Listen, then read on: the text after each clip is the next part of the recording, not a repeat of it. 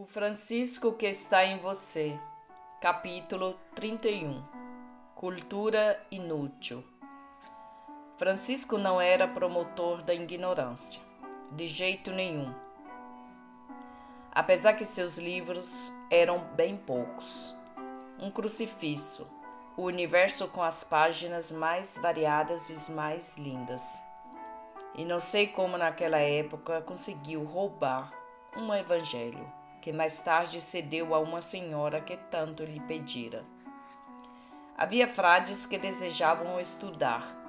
Então Francisco chega ao irmão Antônio, Santo Antônio. Ele dá a seguinte ordem: ao irmão Antônio desejo eu, irmão Francisco, saúde. É meu desejo que o Senhor ensine a sagrada teologia aos irmãos, contanto que eles não destruam com esse estudo o espírito da santa oração e da devoção, conforme está escrito na regra. Adeus. E mais tarde ainda fala: os irmãos devem respeitar e honrar todos os teólogos e todos os que servem a palavra de Deus, porque são homens que nos dão espírito e vida. Tudo certinho, tudo no devido lugar na mente de Francisco. Tudo errado, tudo fora de lugar na mente de nosso mundo de hoje. Estuda-se para provar que Deus não existe. Descobrem-se leis para, na lei, perceber a ausência de Deus. Vai-se ao espaço e grita-se que Deus não está lá. Abre-se o corpo humano e com alegria anuncia-se que a alma não está ali. Deus não está na ciência e na técnica. Aleluia! Deus está morto. Vou dizer uma bobagem, a mesma que diria Francisco. Ciência e técnica que não levam a Deus é a mesma coisa que lixo. Nada valem. Deus está em tudo e em todos, e o homem o elimina para colocar-se no seu lugar.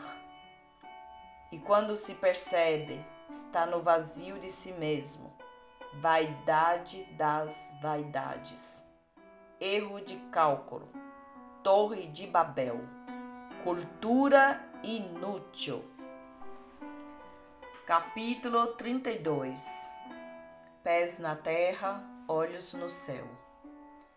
A vida de Francisco, aos olhos da poesia, dos filmes e de certos livros que lemos, parece ter sido uma vida sem dificuldades, onde tudo era solucionado com a varinha mágica da intuição, onde tudo era simples e com uma simples palavra tudo se solucionava. A vida de Francisco é mais dolorosa do que dão a entender certas biografias e certos filmes. É uma vida, em muitos momentos, cheia de insegurança.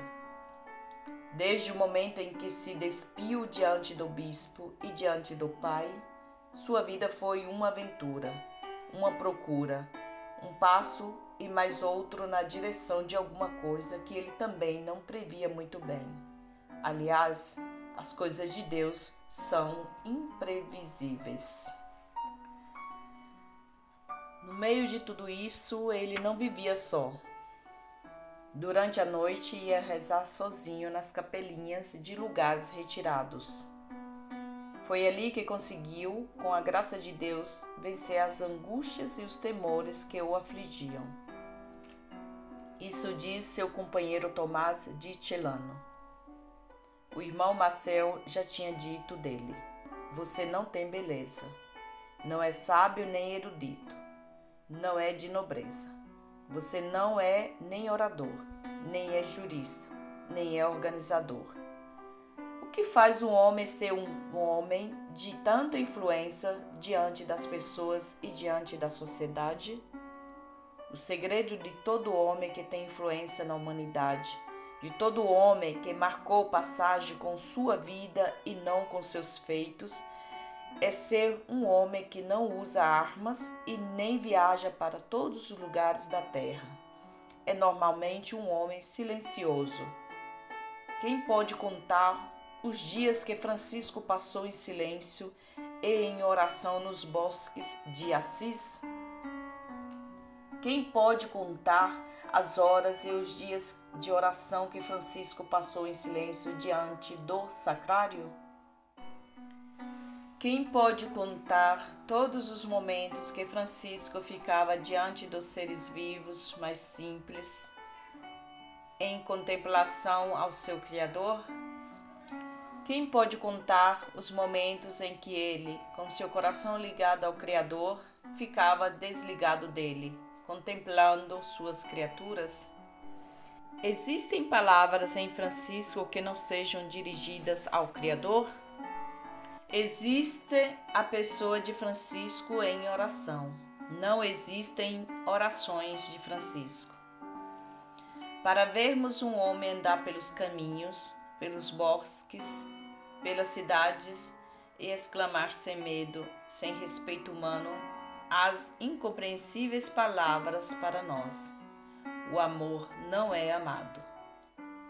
É preciso que essa pessoa seja toda de Deus. Que seu sangue seja um sangue de Deus. Que seu pensamento seja um pensamento de Deus.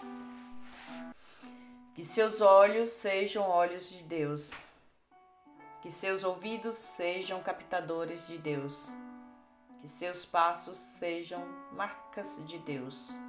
Que suas mãos sejam mãos de Deus. Se no verme está Deus, como não ou estará numa borboleta? Se na cigarra está Deus, como não o estará na cotovia? Se na terra está Deus, como não o estará na flor?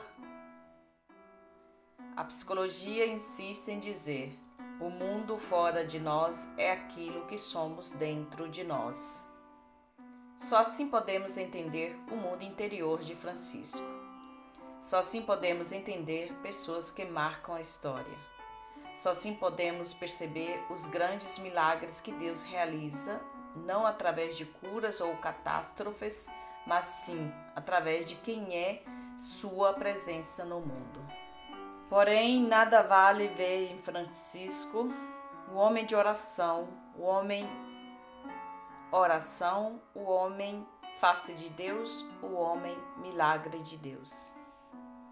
Vale a gente se perguntar: quanto tempo dedico à oração no quarto, numa capela, no bosque, na rua, no trabalho?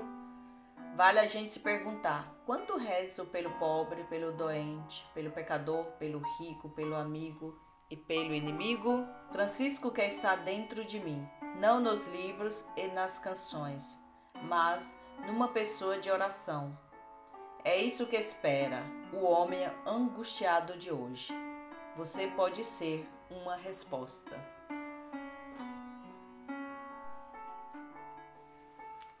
Capítulo 33.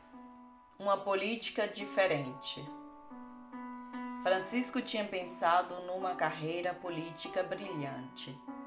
Ser cavalheiro do rei, ser chefe de cruzadas, lutar por sua cidade, defender o Papa em suas campanhas políticas.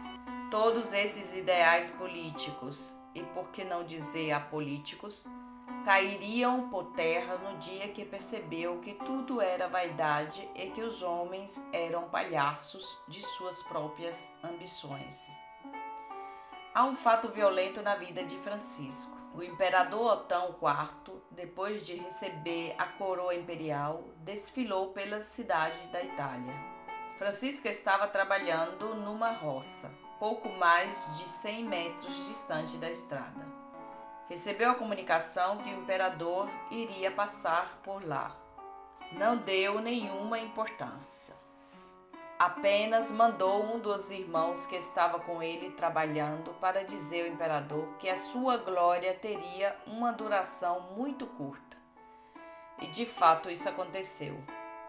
Francisco é um questionador de todos os sistemas políticos. O que é política? que é fazer política? Lenine, no momento de sua morte, falou: se, em vez do comunismo, tivesse dado uma dúzia de franciscos à Rússia, teria resolvido o problema social. Onde estão os resultados dos que lutam por uma libertação nacional? Onde estão os resultados dos que lutam pela derrubada das estruturas? Onde estão os resultados dos que lutam pela modificação do sistema? Onde estão os guerrilheiros? Onde estão os promovedores das facções políticas? Vale lutar para derrubar? Vale lutar para destruir pessoas? Vale gastar a vida para destruir vidas?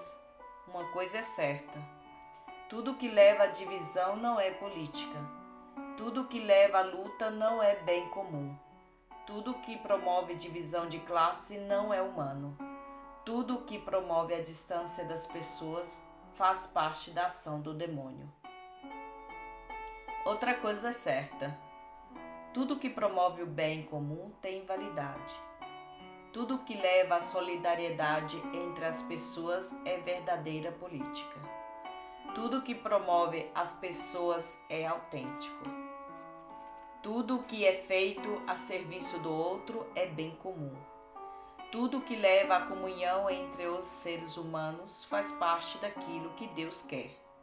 O resto é esforço inútil, que não pesa na balança da salvação da humanidade. Se você tem sonhos políticos, pense bem onde você quer chegar, veja bem quais os objetivos, meça bem quais meios vai utilizar, sinta desde agora os resultados a atingir. Quem faz da política uma promoção pessoal está se autodestruindo. Um dia chorará de si mesmo. Francisco promoveu a união entre as pessoas, entre as famílias que mantinham o poder, entre as divisões por motivos banais. Francisco foi um político acima de toda política. Capítulo 34. Coração vazio. Você pode entrar numa igreja e não saber o que dizer.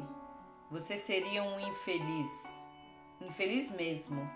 Isso significa que Deus é nada para você. Para muita gente, Deus não é nada. Nem sabem dizer que Ele é grande, que Ele é o maior, que Ele é o chefe, que Ele é o tudo. Quando você entra numa igreja e não sabe dizer nada, diga ao menos como Francisco: mas lá pertinho do sacrário. Ou você não sabe onde está o sacrário? Pergunte a um amigo e ele vai lhe ensinar. Mas vá perto do sacrário e reze como Francisco. Nós vos adoramos, Santíssimo Senhor Jesus Cristo, aqui e em todas as vossas igrejas, que há no mundo inteiro. E vos bendizemos porque, pela vossa cruz, salvastes o mundo.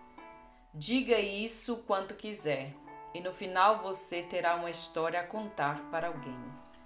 E tem mais: quando você achar que é alguém importante na vida, que você faz maravilhas, e que porque você se acha assim, em vez de sentir uma alegria lá por dentro, sente a solidão e o sentido de ser nada mesmo, vá ainda diante do sacrário ou na solidão de você mesmo e reze, proclamando que só Deus é tudo. E reze assim: só vós sois santo, Senhor Deus, e só vós fazeis maravilhas. Vós sois o forte, vós sois o grande, vós sois o Altíssimo, vós sois o Rei onipotente, Santo Pai, Rei do céu e da terra.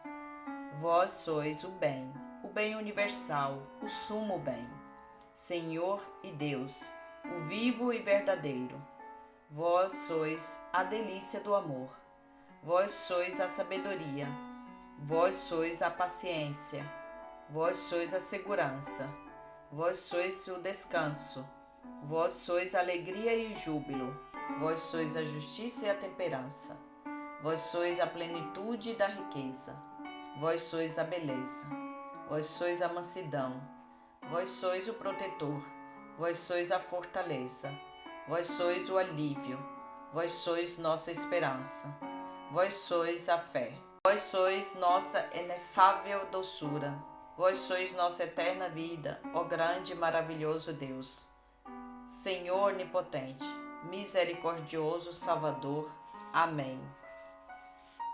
Quem fizer esta oração seguidamente, jamais terá senso de grandeza, jamais quererá ser um Deus, jamais fará coisas pequenas que não sejam grandes, e jamais fará coisas grandes que não as considere pequenas, porque saberá que só Deus é grande, e que só Deus é Deus.